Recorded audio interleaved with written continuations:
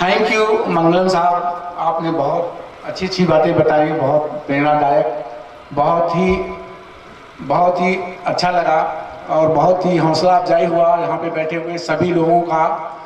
और हमारे बीच में एक अशोक नगर बंजारा से एक बच्चा आया है, गायक संदीप मौर्य। और उस डॉक्टर साहब की स्पीच होने से पहले मैं चाहूँगा आप लोग अपने दे दूं सर कि हमारे मंगलम साहब ने अभी जो रमेश को 20,563 रुपये दिया, और मेरे को अभी रमेश जी ने बताया कि सर मेरे को हमारे सम्राट अशोक क्लब लखनऊ के अध्यक्ष हैं माननीय हरिश्चंद्र मौर्य जी 20,563 रुपये 8-10 दिन पहले ही दे चुके।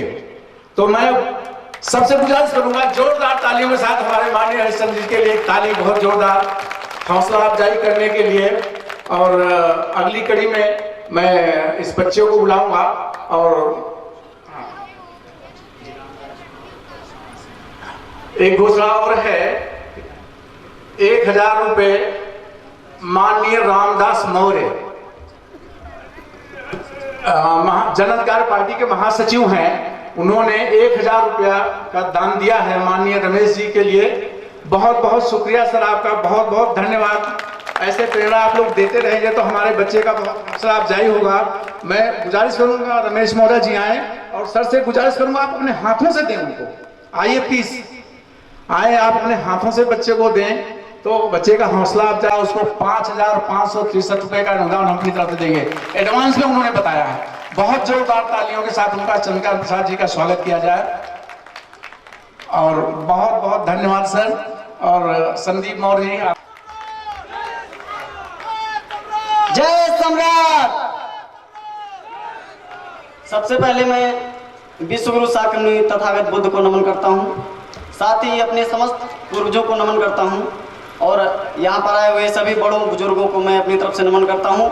और अपनी टीम गढ़ा माफी, सम्राट सेना गढ़ा माफी, जिसके संचालक हैं माननीय हौसला प्रसाद मौर्य जी, उनकी तरफ से और अपनी टीम की तरफ से आयोजक समिति को बहुत बहुत आभार व्यक्त करता हूँ, क्योंकि आपने बहुत ही महान काम किया है। बहुत कुछ दिन पहले मेरा एक गाना रिलीज हुआ था, मोरवंशी तेरा जलवा। मैं वही गाना थोड़ा सा सुनाने के बाद अपनी कुछ लाइनें व्यक्त करूंगा, उसके बाद सीमित समय में वापस चला जाऊंगा। बहुत बहुत धन्यवाद।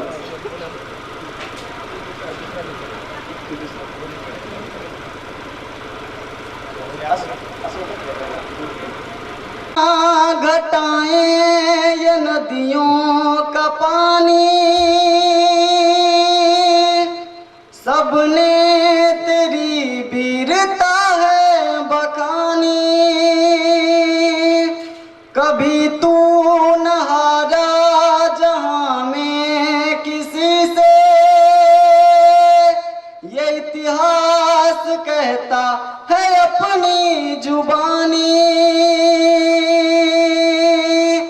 जलवा तेरा जलवा अशोका, तेरा जलवा सारा जहां ये कहता है, सारा जहां ये कहता है, तू भारत का है शौर्य। जलवा तेरा जलवा जलवा, जलवा तेरा जलवा जलवा, जलवा तेरा जलवा जलवा, जलवा तेरा जलवा जलवा, जलवा तेरा जलवा अशोका, तेरा जलवा। मैं अपनी कुछ पंक्तियों के साथ अपनी वाणी को विराम दूंगा। हो सम्राट के वंशज कभी ना भूल जाना है, हो सम्राट के वंशज कभी ना भूल जाना है, महान थे महान है जहाँ को फिर बताना है। जुटे रहना तुम बुद्ध की परछाइयाँ बनकर, जुटे रहना तुम बुद्ध की परछाइयाँ बनकर, पूरे विश्व में भारत को फिर सिरमौर बनाना है। कलम संदीप की लिखती है दुष्टों को झुकाना है, कलम संदीप की लिखती है दुष्टों को झुकाना है। हमें हर हाल में अपने कदम आगे बढ़ाना है, कुशवाहा शाक्य सैनी मौर्य सबको साथ आना है, पूरे विश्व में भारत को फिर सिरमौर बनाना है। बहुत बहुत धन्यवाद। नवोदय जय सम्राट। मैं सम्मान के साथ एक सूत्र में बांध कर रखने की क्षमता रखने वाला हमारे देश का राष्ट्रीय संविधान भारतीय संविधान का नमन करता हूँ। तत्पश्चात मैं उन समस्त महापुरुषों का नमन करता हूँ जिनके कुर्बानियों और संघर्षों के बदौलत आज हम और आप यहाँ पहुँचे हैं। तत्पश्चात हमारे मंच पर विराजमान सम्मानित पूज्य भिक्षु संघ, आज के हमारे मुख्य अतिथि परम सम्मानित जय सिंह मौर्य जी, हमारे बीच उपस्थित हमारे चंद्रशेखर मंगलम जी, उत्तर प्रदेश के प्रभारी डॉक्टर रविंद्र जी, और आज उत्तर प्रदेश के उपाध्यक्ष माननीय राजेश जी, पूर्वांचल के प्रभारी जवाहर मौर्य जी, ये सब लोग हमारी औकात हैं। इनसे अलग हटकर हमारी कोई औकात नहीं है। इसलिए मैं आप सभी का नमन करता हूं, अपने औकात का नमन करता हूं।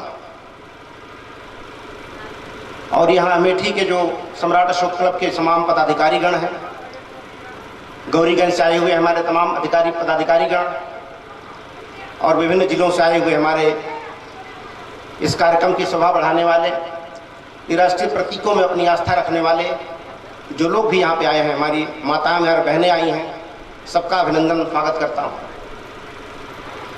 साथियों, आज का जो दिन है बड़ा ही ऐतिहासिक दिन है, क्योंकि जब भी इतिहास बन रहा होता है तो किसी को पता नहीं चलता है, क्योंकि हर वर्तमान आने वाले भविष्य का इतिहास होता है।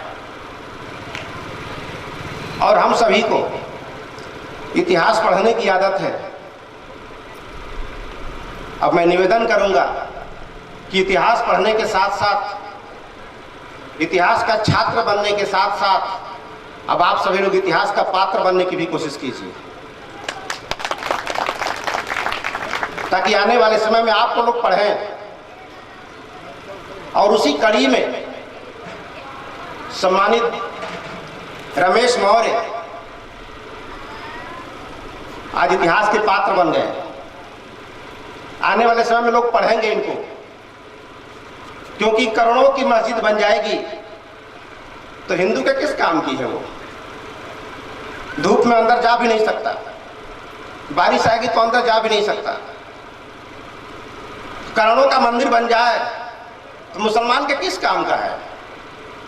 बारिश हो रही तो छुप भी नहीं सकता, क्योंकि वो मंदिर है, मुसलमान है, कैसे घुस जाएगा?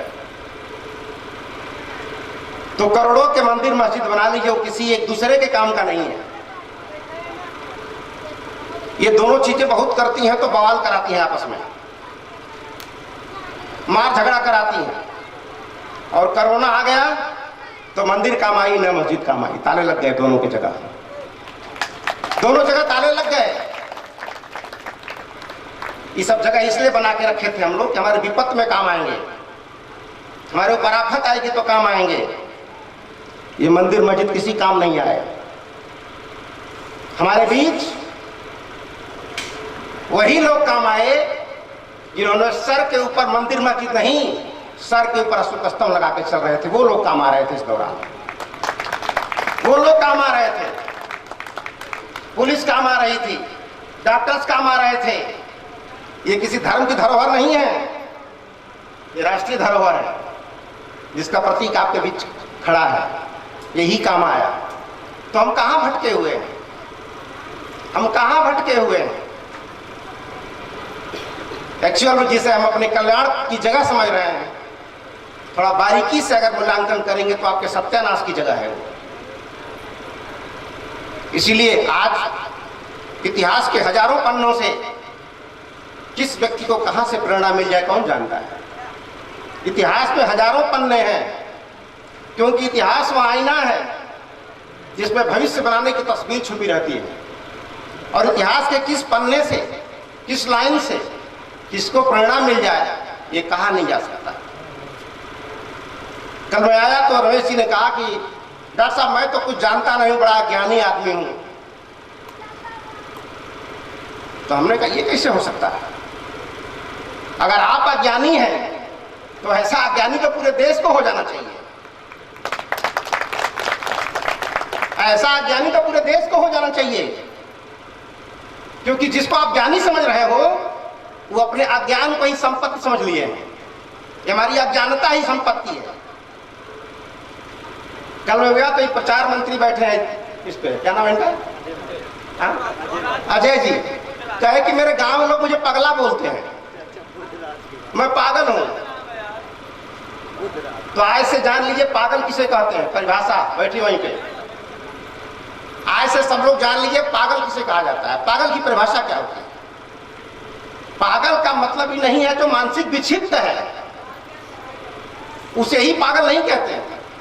पागल उसे कहते हैं जो आम जनता से मिसमैच हो जाए, उसकी मैचिंग ना हो किसी से, वो पागल होता है। जैसे एक गांव का व्यक्ति शराब पी ले और बाकी न पिए हो, तो जो नहीं पिए उसको क्या बोलेंगे? ये पी के पगला गया। अगर ये पूरे गांव को पिला दिया जाए तब कौन किसको पागल बोलेगा? क्योंकि अब सबकी मैचिंग हो गई है, कोई किसी को पागल नहीं बोलने वाला है। पागल माने मिसमैच, जो दुनिया करती है वो हम नहीं करते, इसलिए पागल है। ठीक है? और पागल उसे कहते हैं जो पा गइल बा। क्या चीज? जो गांव वालों ने नहीं पाया है। आपने वो चीज पा ली है जो अभी बाकी गांव वाले नहीं पाए हैं, इसलिए आप उनके बीच पागल हैं। अब प्रयास कीजिए कि पागलों की संख्या ज्यादा हो जाए, तो फिर जो बचे रहेंगे वो पागल कहलाएंगे। आप सही हो जाएंगे, आप सही हो जाएंगे। परिभाषा बदल लीजिए। हम तो पूर्वजों के वंशज हैं जो समय का मानक बदलते हैं, समय की परिभाषा बदलते हैं, मानवता की परिभाषा बदलते हैं। तो पागल ही मान लीजिए कि मैं पागल हूं। अगर पागल का चरित्र ऐसा है कि अशोक स्तंभ बनवाता है, तो ऐसे पागल जितने देश में बढ़ेंगे उतना ही देश में मानवीय सद्भावनाओं का जन्म होगा। हिंदू मुसलमान के अंदर मैत्री का भाव जन्म होगा। लेकिन जिसे आप अच्छा समझते हैं वो जितने बढ़ेंगे उतना ही देश में बवाल होगा। धार्मिक आतंकवाद फैलेगा, सांप्रदायिक आतंकवाद फैलेगा। और इतना पक्का जान लीजिए कि शांति और समृद्धि का बड़ा गहरा संबंध है। शांति और समृद्धि का बड़ा गहरा संबंध है। शांति के बगैर समृद्धि नहीं आ सकती। और सोचिए कि भारत पाकिस्तान से लड़ता रहे, भारत चाइना से लड़ता रहे, तो हम दिन भर जब हथियार बनाते रहेंगे तो अपने देश के कल्याण की बात कब सोचेंगे? अगर लड़ाई न हो तो सारी ऊर्जा कहां लगाएंगे? लोगों के कल्याण में लगाएंगे। सारा दिमाग कहां लगाएंगे? लोगों के कल्याण में लगाएंगे। और जब भी सब अपने भाई जात से मुकदमा ही लड़ते रहेंगे तो खेत कब खरीदेंगे?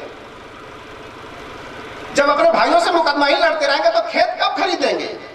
अपने बच्चों को इंजीनियर कब बनाएंगे? अपने बच्चों को डॉक्टर कब बनाएंगे? और जब तक ये नहीं बनाएंगे तब तक समृद्धि नहीं आ सकती, और जब तक समृद्धि नहीं आएगी तब तक शांति स्थापित नहीं हो सकती। ये दोनों का बड़ा गहरा संबंध है। इसीलिए सम्राट अशोक ने इस रहस्य को जान लिया था। इस रहस्य को जान लिया था कि राजा कितना बड़ा है, उसका साम्राज्य कितना बड़ा है, ये महत्वपूर्ण नहीं है। महत्वपूर्ण ये है उसके साम्राज्य में जनता कितनी सुखी है, जनता कितनी समृद्ध है। अगर जनता सुखी नहीं है तो उसके बड़े राज्य का कोई मतलब नहीं है। किस पार्टी की पूरे देश में सरकार है ये महत्वपूर्ण नहीं है। कितने प्रांतों में सरकार है ये महत्वपूर्ण नहीं है। जितने प्रांतों में सरकार है उस प्रांत की जनता सुखी है कि नहीं ये महत्वपूर्ण है, ये महत्वपूर्ण है। तो सम्राट अशोक ने जनता में खुशहाली लाने का प्रयोग किया था, उनका भाग्य बदलने का प्रयोग किया था। इसलिए उन्होंने कहा, उन्होंने शिलालेख लिखवाया, शिलालेखों के बाद संदेश लिखवाया। और आज से आप लोग जान लीजिए नॉलेज के तहत पर पूरे धरती पर लोक कल्याणकारी संविधान लिखित रूप में लिखने वाला सम्राट अशोक थे। दुनिया का सबसे पहला संविधान अशोक ने लिखा था। वो भी कैसे? लोहे की कलम से और पत्थरों के पन्नों पर, ताकि हम रहें न रहें ये संविधान चिरस्थायी रहे, और आज भी वो चिरस्थायी है। इसीलिए किसी भी सच्ची संस्कृति को आप दफन करने की कोशिश करेंगे तो और फन निकालेगी वो। ध्यान से सुनिएगा, किसी संस्कृति को अगर धरती में दफन करने की कोशिश करेंगे तो फन निकालेगी। आज जब अपने से फन निकालेगी तो फुफकार के निकालेगी, और ऐसा फन निकालेगी कि गड्ढा भी खोदा जाएगा सुल्तानपुर का दहीपुर में तो 50-50 सोने के सिक्के निकलेंगे जो बताएंगे कि क्या है। कहां छुपाओगे, कहां छुपा के ले जाओगे, कहां ले जाओगे? खोद के निकल तो गया, क्या करोगे उसका? अब यह भी सिद्ध हो गया कि अशोक के जमाने में सोने के भी सिक्के चलते थे, सोने के भी सिक्के थे, तय हो गया। आज ही कौन झुठला सकता है? तो जिस राज्य की लिपियां मिल गई, जिस राज्य की भाषा मिल गई, जिस राज्य की संस्कृति मिल गई, और जिस राज्य की शासन प्रणाली मिल गई, और इस राज्य के प्रतीक चिन्ह मिल गए, उस राज्य की बात नहीं है, बल्कि देश में उस राज्य पर हल्ला मचाया जा रहा है। इस राज्य का आज तक कोई चिन्ह चक्कर मिला ही नहीं, मिला ही नहीं, उस पर हल्ला मचाया जा रहा है। तो हल्ला मचाने से सत्य परेशान हो सकता है, गंगोई को खरीदा जा सकता है कि राज्यसभा का मेंबर बन जा बेटा, जो मैं बोलूंगा वो कर दे बेटा, लेकिन फिर भी दूसरा कोई गंगोई इस धरती पर पैदा होगा जो बोलेगा ये धरती क्या है, बताएगा। क्यों बताएगा? क्योंकि जब 2 फीट खुदाई करने से जब सोने के सिक्के निकल सकते हैं अशोक काल के, वहां भी खुदाई होती तो पक्का निकलता, लेकिन डर है कि कहीं हम जो ही नहीं चाहते वो ना निकल जाए। तो कितना डरा होगा? 84,000 बनवाया अशोक ने, कितना दबाव होगा? जितना दफन करोगे उतना फन निकलेगा, और जब फन निकलेगा तो तेजी से निकलेगा। और उसी फन की कड़ियां हैं इस इतिहास के पन्नों से सीख करके, प्रेरणा लेकर के आज ये अशोक स्तंभ जो खड़े हो रहे हैं, ये हिंदू और मुसलमान के बीच की कड़ी बनेंगे, हिंदू और मुसलमान के बीच के कड़ी बनेंगे, जो दोनों को एक दूसरे से जोड़ के रखेगा। क्योंकि किसी में ताकत नहीं है कि किसी एक संप्रदाय के व्यक्ति को भारत से निकाल देगा। अकेला होगा तभी निकाल नहीं सकते, तो जब निकाल नहीं सकते, और तब पक्का नहीं निकाल सकते, जिसको निकालने की तैयारी है उसी को दामाद बना लोगे तब तो पक्का नहीं निकालोगे। समझिए ध्यान से, ये धोखा हमारे साथ है। इसलिए सम्राट अशोक की जो संस्कृति है ये लोक कल्याणकारी है, ये ह्यूमैनिटी की संस्कृति है, मानवता की संस्कृति है। इसीलिए अशोक क्या कहते हैं कि समस्त प्रजा मेरी संतान है। देखिए तमाशा, समस्त प्रजा मेरी संतान है। जैसे मैं अपने संतान को हर तरह से सुखी देखना चाहता हूं, उसी तरह अपने देश की, अपने राज्य की हर प्रजा को उसी तरह सुखी देखना चाहता हूं। ऐसी सोच जिसका होगा, इसीलिए इतनी महान संस्कृति का निर्माण हुआ।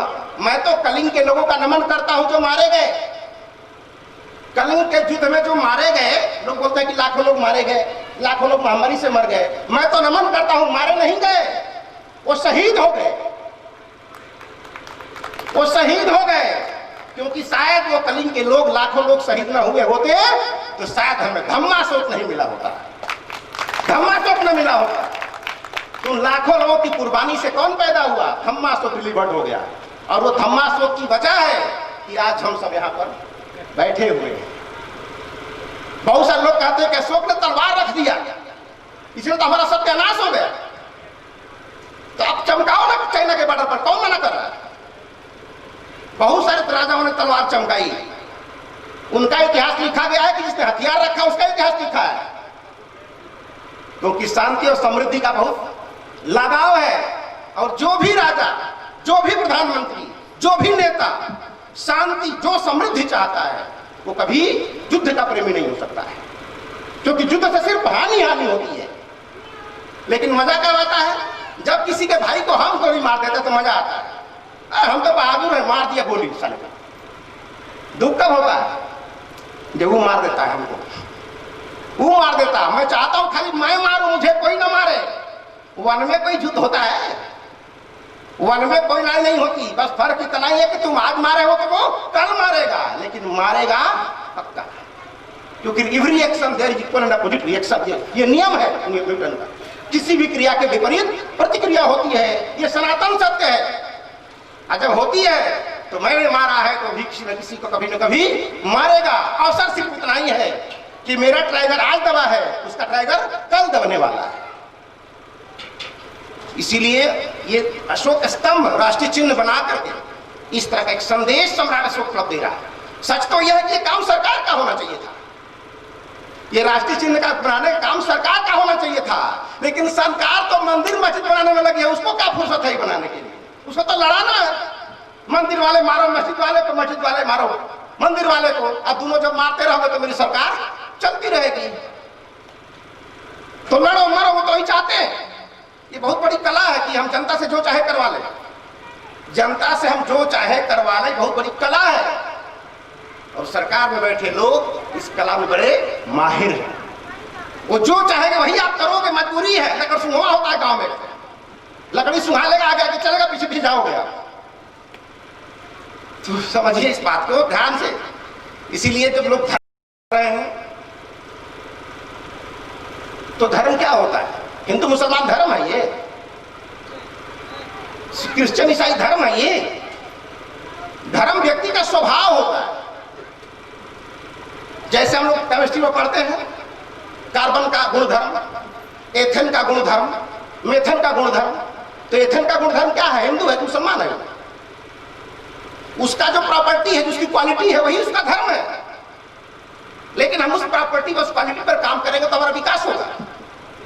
जैसे अगर कुत्ता रास्ते में बैठा है, कुत्ते पर आपका पैर पड़ गया अचानक, कुत्ते पर आपका पैर पड़ गया झटके में, तो आपका पहला एक्शन क्या होगा? पहले हम क्या करेंगे? कुत्ते को मारेंगे या पैर हटाएंगे? कुत्ते को मारेंगे या पैर हटाएंगे? पहला एक्शन क्या होगा? पैर हटाएंगे। कुत्ता क्या करेगा? पहले काटेगा फिर भागेगा, पहले भाग से पकड़ेगा फिर भागेगा, और आप पहले बचोगे तब मारोगे। ये हमारा स्वभाव बता रहा है कि मनुष्य का स्वभाव डिफेंसिव है। ये डिफेंसिव है, मनुष्य का काम सिर्फ सुरक्षा करना है। इसीलिए आपको मच्छर मारने का अधिकार नहीं है, मच्छरदानी लगाने का अधिकार है। आपको मच्छर मारने का अधिकार नहीं है, क्योंकि आप वही लोग कहते हो कि परम पिता परमेश्वर की सब लोग क्या हैं, तो अपने भाई की हत्या क्यों कर रहे हो? जब परम पिता परमेश्वर की संतान हो तो अपने भाई की हत्या क्यों कर रहे हो? तो हम कोरोना को मारने में पड़े हुए हैं। कोरोना मिले तो गला दबा चलेगा। अरे मिलेगा भी तक गला नहीं दबा सकते, क्योंकि घर के मारे पे जाम लगाए हो तो पकड़ोगे कैसे उसे?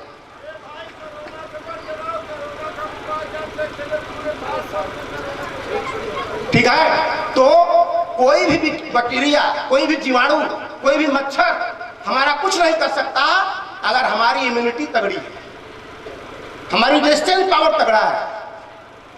तो रेजिस्टेंस पावर पर हम नहीं काम कर रहे हैं, हम काम कर रहे हैं, कोरोना को खोज रहे हैं। कहाँ मिलेगा? जल्दी मिल भी जाएगा तो क्या करोगे? इसलिए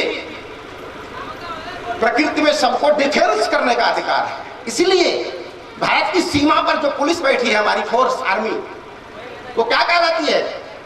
डिफेंस कहलाती है।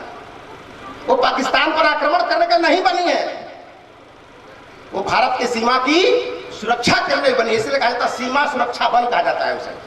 सीमा आक्रमण दल नहीं कहा जाता है, सीमा आक्रमण दल नहीं कहते, सीमा सुरक्षा बल। यानी हर देश को अपनी सुरक्षा करने का अधिकार है, किसी पर अटैक करने का अधिकार नहीं है। फौजी भाई बैठे हैं हमारे यादव जी, क्या सर आपकी सेना का काम क्या है? सुरक्षा करना है, न कि अटैक करना है। तो धक्का देना काम है, क्यों? क्योंकि बार बार धक्का दे रहा। अब धक्का क्यों दे रहा? लोग बोलते हैं आतंकवादी हमारे देश में घुस गया, मच्छर हमारे मच्छरदानी में घुस गया। क्यों घुस गया? क्योंकि मच्छरदानी में कहीं न कहीं तो छेद बंद करेंगे कि मच्छर मारेंगे? छेद बंद करोगे कि मच्छर मारोगे? धक्का कब तक देते रहोगे? एक बार धक्का दोगे नेपाल की तरफ, दूसरी बार घुस जाएगा गुजरात की तरफ से, क्या कर लोगे? छेद है, उस छेद को ठीक कर दो, धक्का देने की जरूरत ही नहीं पड़ेगी। समझो लॉजिक को, छेद ठीक करो। कहीं ना कहीं हमारी मच्छरदानी में बॉर्डर पर छेद है, अगर छेद न हो तो मजाल घुसे आतंकवादी। समझो इस रहस्य को, सच्चाई बड़ी कड़वी होती है। अब इस छेद के माध्यम से मैं अपने जवानों पर शक नहीं कर रहा हूं, लेकिन कहीं ना कहीं छेद है, चाहे जिस वजह से हो। इसीलिए अशोक ने कहा इस छेद को बंद करो, और इस छेद को बंद होगा तब जब तुम्हारी आंतरिक शक्ति बढ़ेगी तब। लेकिन हम तो ये कह के खुश हो लेते हैं कि जितने देश में लोग मरे हैं हमारे देश में कम मरे, ये खुशी का बात है। जैसे कोई लड़का फेल हो जाता है परीक्षा में, फेल हो जाता है तो क्या कहता है, हम फेल हुए हैं लेकिन दिनेशों से ज्यादा नंबर पाए, संजय से ज्यादा नंबर पाए, हम भले फेल हो गए क्या हुआ, लेकिन अपने पड़ोसियों से नंबर ज्यादा पाए हैं। ऐसा ही मूल्यांकन हमारी सरकारें कर रही हैं। हम फेल हैं तो क्या हुआ, लेकिन पाकिस्तान से ढेर नंबर पाए हैं, चाइना से ज्यादा पाए हैं, अफगानिस्तान से ज्यादा पाए हैं। अरे कितना पाए हो, फेल ही तो, फेल ही तो। फेल कहने में शर्म लग रही है क्योंकि अच्छे दिन आ गए हैं, इसी के लिए तो हम परेशान थे। तो कैसे कहा तुम नहीं आए हैं, तो फेल ही कहना क्योंकि ट्यूशन पढ़ाया मैंने, इतना पढ़ाया लिखाया, पैसा खर्च किया, तो फेल कैसे कह दूं मैं फेल नहीं हूं, कम नंबर पाया हूं। ठीक है, ये हालत हमारी है, ये साइकोलॉजी है, और इस साइकोलॉजी की मार्केटिंग हमको इसी में हम ठगे जा रहे हैं।